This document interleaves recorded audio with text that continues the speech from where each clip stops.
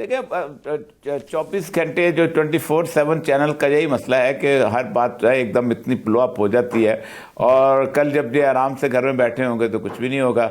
ये बड़ी अजीबोगरीब सा मामला है। असल में इस तरह के मामला तो होते रहते हैं।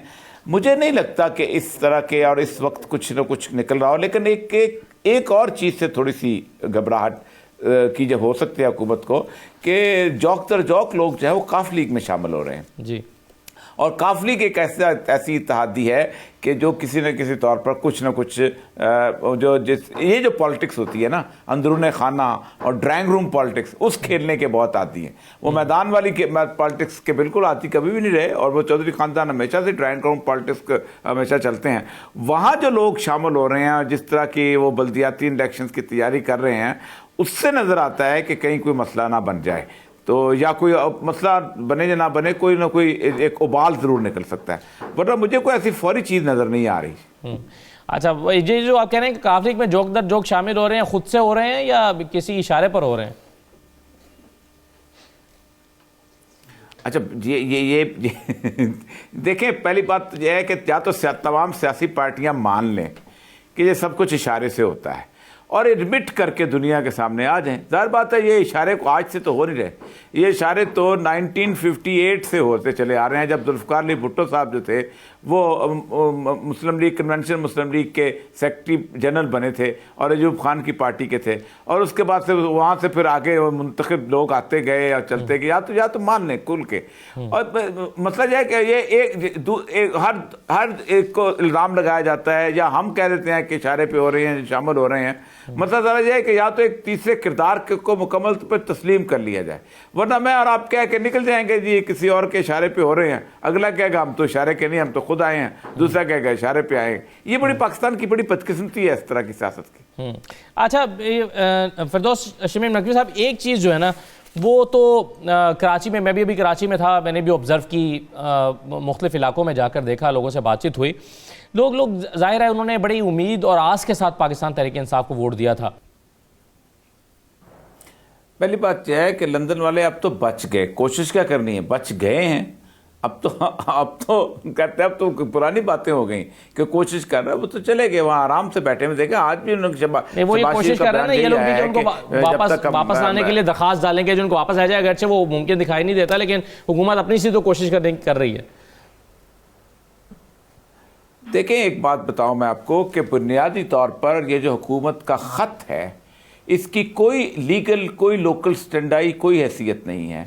जो भी छोटा सा ज़रा सा भी कानून जानता है उसको इसका अंदाज़ा होना चाहिए कि जब एक शख्स किसी जामन की ज़मानत के ऊपर बाहर गया हो तो सबसे पहले जामन से कहा जाता है कि अपना बंदा वापस लेके आओ, उस हुकूमत से नहीं कहा जाता। फिर उस हुकूमत से उस वक्त कहा जाता है जब अदालत किसी को फ्यूजिटिव यानी ऐसा बदा मफरूर डिक्लेयर करती है, तब आगे उसको कहते हैं।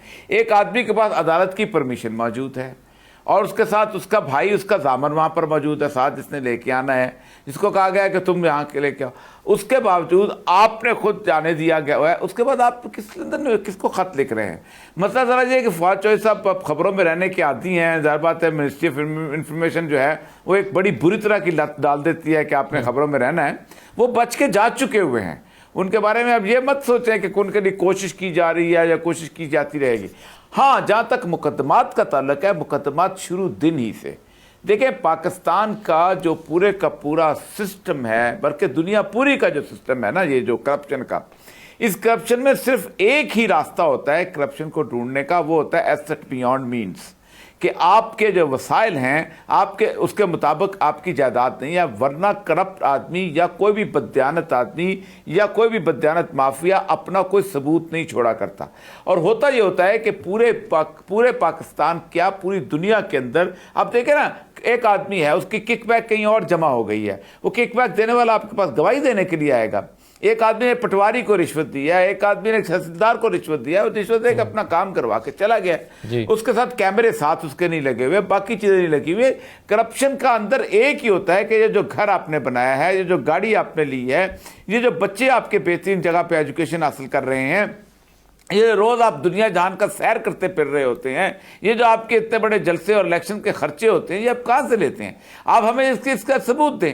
ये तो छोटा सा सीआरपीसी का एक कानून है, बड़ा शानदार किस्म का है, एसएचओ के इख्तियारात के ऊपर, कि अगर ये पेन जो है मेरे पास मौजूद है और मेरे पास इसकी रसीद नहीं है और मैं ये साबित नहीं कर सकता कि मेरा पेन है, तो उसको 411 के अंदर गिरफ्तार किया जा सकता है कि इस शख्स ने चोरी का माल खरीदा हुआ है।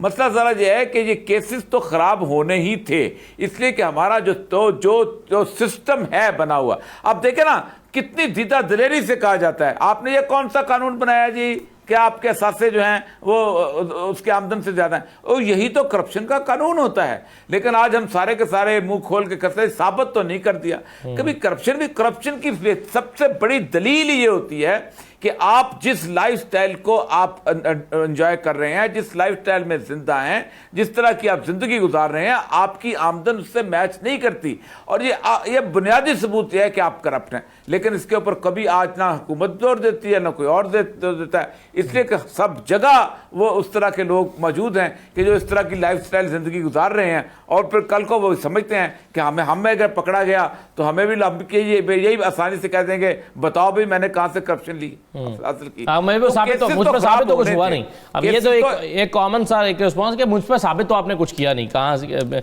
और फिर एक जुमला ये भी कहा जाता है, एक जुमला ये भी कहा जाता है कि जिसपे जी हम पे कुछ नहीं मिला तो एसेट बियॉन्ड मींस का केस बना दिया। कोई ऑपोजिशन आने वाले दिनों में कोई अपनी प्रेजेंस शो करती हुई नजर आती है? देखें, सिर्फ एक मार्च का ही एक महीना है जिसमें अंदर कुछ किया जा सकता है, और जनवरी के दौरान ये हर साल के अंदर एक सीज़न आता है जिसमें कीमतें बढ़ती हैं, उसको तो एक्सप्लॉइट नहीं कर सके। मार्च के बाद फिर रमज़ान शुरू हो जाना है, और रमज़ान के बाद फिर आगे गर्मियां हैं, और फिर उसके बाद फिर सितंबर चला जाएगा।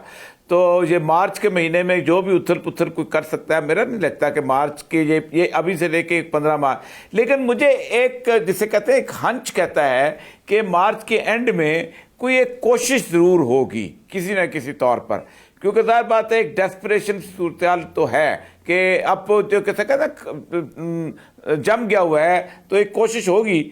और वो जो बात नकवी साहब की बात बड़ी सही है, मुझे उसका ख़तरा है कि हमारा लीडर बड़ा निडर है, ये कुछ भी कर सकता है, सीट छोड़ सकता है। तो ये ना हो जाए किसी दिन गुस्से में आके कहे कि बस कुछ ना कुछ चलो कोई कुछ नहीं कर रहा तो चले मैं कुछ करके दिखाता हूँ। मौलाना फजल रहमान के मार्च पर कहा गया था कि ये कश्मीर से तवज्जो हटाने के लिए है। अब इंडिया में नस्ल कुशी मुसलमानों की हो रही है, और 1 मार्च परसों हो रहा है औरत मार्च के नाम पे, लेकिन हुकूमत उस पर कुछ नहीं बोल रही कि भाई ये भी तवज्जो हटाने की एक कोशिश है कि वहाँ ख़वातीन से ज़्यादती हो रही है, कोई पूछने वाला नहीं है, और यहाँ ख़वातीन से जहाँ ज़्यादती कोई ऐसा वाक़या नहीं हो रहा, वहाँ ख़वातीन की ज़्यादती का ढंढोरा पीटा जा रहा है। तो इस पर भी हुकूमत को कुछ करना चाहिए। नकवी साहब अपनी लीडरशिप से कहें कि बोलें इस पर।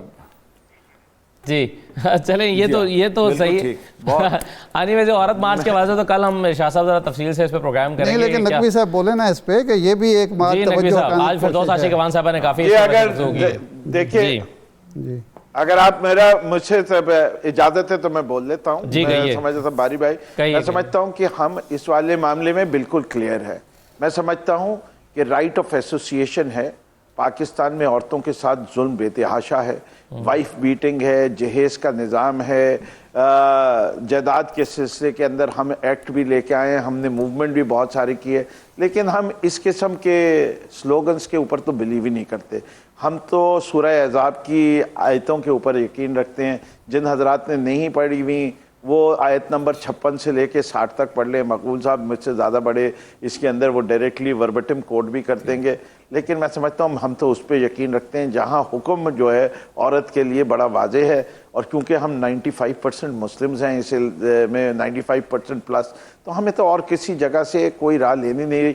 ऐसी राय स्लोगन्स के पीछे जो रिपीट। बहुत शुक्रिया। इस मौजू पर तो हम कल बहुत तफसील से बात करेंगे। और इंडिया में नस्ल कुशी मुसलमानों की हो रही है, और 1 मार्च परसों हो रहा है औरत मार्च के नाम पे, लेकिन हुकूमत उस पर कुछ नहीं बोल रही कि भाई ये भी तवज्जो हटाने की एक कोशिश है कि वहाँ ख़वातीन से ज़्यादती हो रही है, कोई पूछने वाला नहीं है, और यहाँ ख़वातीन से जहाँ ज़्यादती कोई ऐसा वाक़या नहीं हो रहा, वहाँ ख़वातीन की ज़्यादती का ढंढोरा पीटा जा रहा है। तो इस पर भी हुकूमत को कुछ करना चाहिए। नकवी साहब अपनी लीडरशिप से कहें कि बोलें इस पर। जी चलें, ये तो सही है। आने में जो औरत मार्च के बाद तो कल हम शाह साहब जरा तफसील से इस पे प्रोग्राम करेंगे। नहीं, लेकिन नकवी साहब बोले ना इस पे कि ये भी एक मार्च आज फिरदौस आशिक अवान साहब ने काफी देखिए, अगर आप मुझे इजाजत है तो मैं बोल लेता हूँ। मैं समझता हूँ बारी भाई, मैं समझता हूँ कि हम इस वाले मामले में बिल्कुल क्लियर है। मैं समझता हूँ कि राइट ऑफ एसोसिएशन है, पाकिस्तान में औरतों के साथ जुल्म बेतहाशा है, वाइफ बीटिंग है, जहेज का निज़ाम है, जायदाद के सिलसिले के अंदर हम एक्ट भी लेके आए हैं, हमने मूवमेंट भी बहुत सारे किए, लेकिन हम इस किस्म के स्लोगन्स के ऊपर तो बिलीव ही नहीं करते। हम तो सूरह अहज़ाब की आयतों के ऊपर यकीन रखते हैं। जिन हजरात ने नहीं पढ़ी हुई वो आयत नंबर 56 से लेके 60 तक पढ़ लें। मकबूल साहब मुझसे ज़्यादा बड़े इसके अंदर वो डायरेक्टली वर्बटिम कोड भी कर देंगे, लेकिन मैं समझता हूँ हम तो उस पर यकीन रखते हैं जहाँ हुक्म जो है औरत के लिए बड़ा वाज़ेह है। और क्योंकि हम 95% मुस्लिम्स हैं इस में 95% प्लस, तो हमें तो और किसी जगह से कोई राह लेनी नहीं। ऐसी राय स्लोगन्स के पीछे जो राइट सर, बहुत शुक्रिया। इस मौजू पर तो हम कल बहुत तफसील से बात करेंगे।